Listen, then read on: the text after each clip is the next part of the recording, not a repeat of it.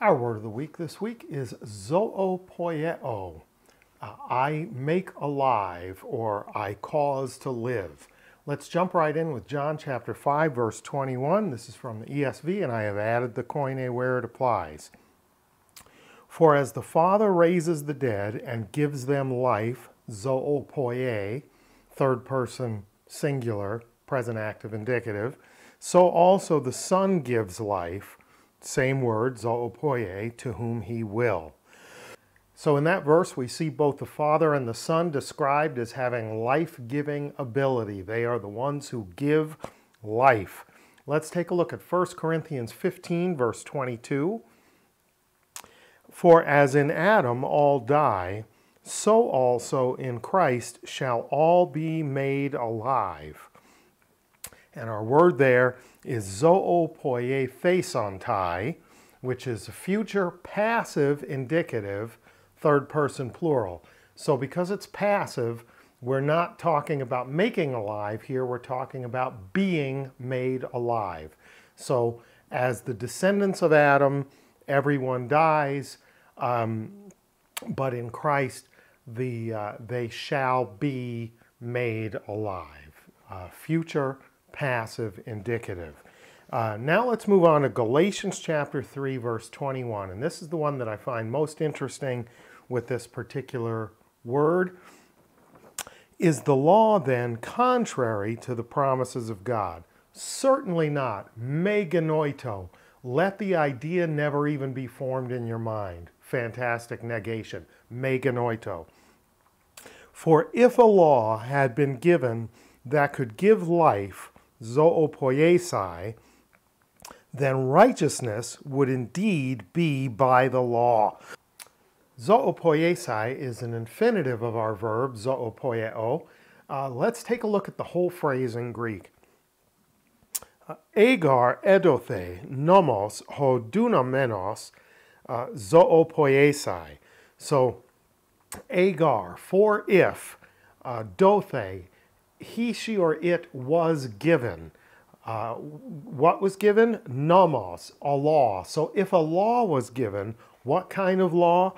Hodunamenos, a law being able or having the power or ability, and then we get that naked infinitive, zoopoiesai, to make alive.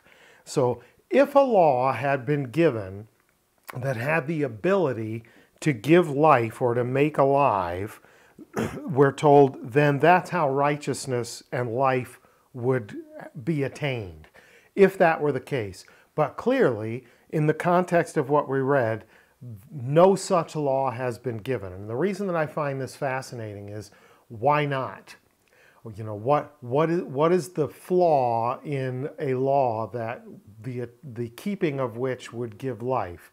The problem with the notion here is if everyone comes into the world with a sinful nature and sins before they even realize what it is, before they even understand it, if you started today, if you had a sort of that metanoia, after-minded change of thought and said, from this point forward, I'm never going to do bad again, that in no way can address what had come before, right?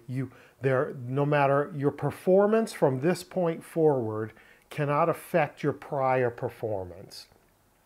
And so a law being given that even if it had the ability to make alive, can't address what occurred before, right?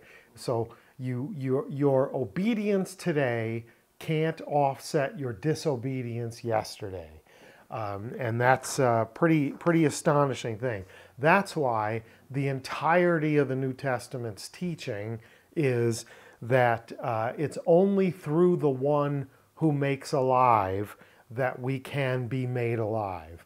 It's only through grace by faith and not by works, lest any man should boast, right? Oh, look, I've perfectly kept the law. Well, but what about even, let's give that to you. Let's say from October 1st of 1999, you did that. What about all the days before that?